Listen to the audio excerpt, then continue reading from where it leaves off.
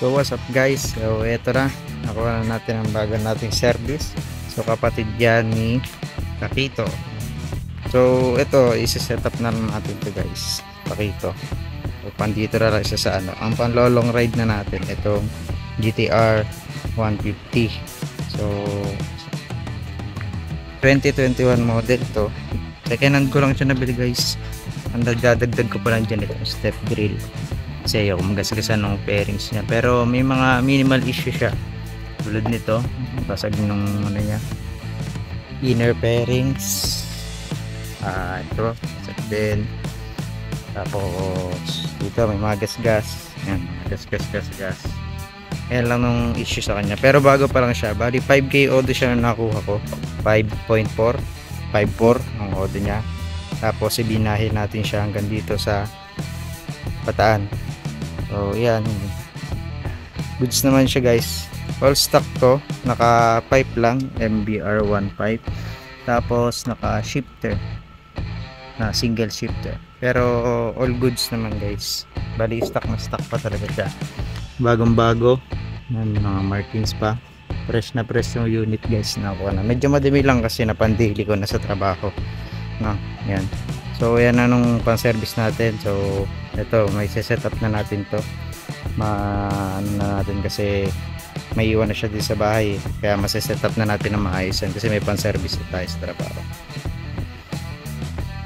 So yan ang bago nating alaga, GTR 150.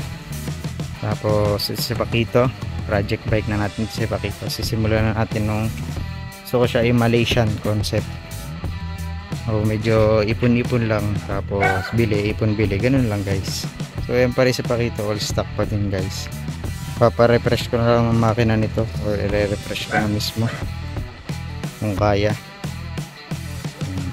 So dito guys, so ang content natin ngayon, lalagyan ko siya ng DB box, ilalagay ko to doon. Lalagyan natin siya ng bracket ng GP box. Tapos ito step grill, madali lang naman ilagay yan guys. So dyan lang, tornilyo lang yan. Tapos lalagay ko na lang ng mga link yan sa description para iwas gas-gas din sa pairings. Saka na natin gagas set up.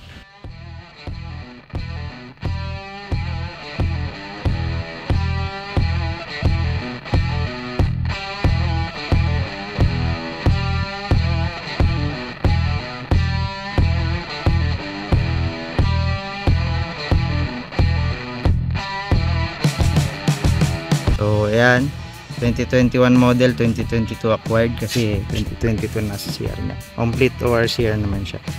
Tapos yan, nakamotaro 1545 nung size ng sprocket down dito, sabi ng dating may-ari. Kasi yan, full stock na siya.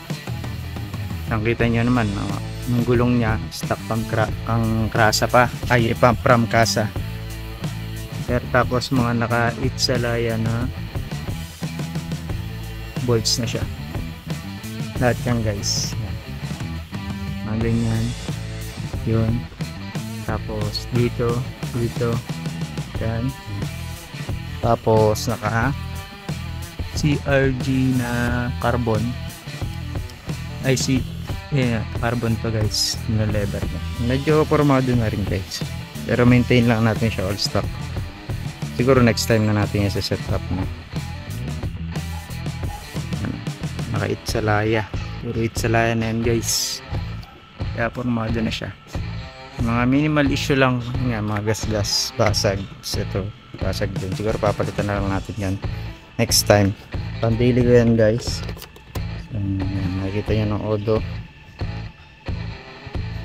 nasa 5.8 na. Nakuha ko siya 5.4 lang, pero ngayon 5.8 na siya. Siyempre binahin natin, tapos pandili ko sa trabaho. GTR, naka racing seat na rin, wala akong papalitan na dyan guys kasi halos maganda naman na siya. Pero dito muna tayo magsaset up kay Pakito. May pa-setup dito pero konti-konti lang kasi pandili lang, pandili ko talaga to. Matibid kasi siya guys, sobra. Na-testing ko na siya, ma-average din naman ng mga nasa 45 km per liter. or humihigit pa nga eh. Depende sa riding habit niya. All goods guys. All good.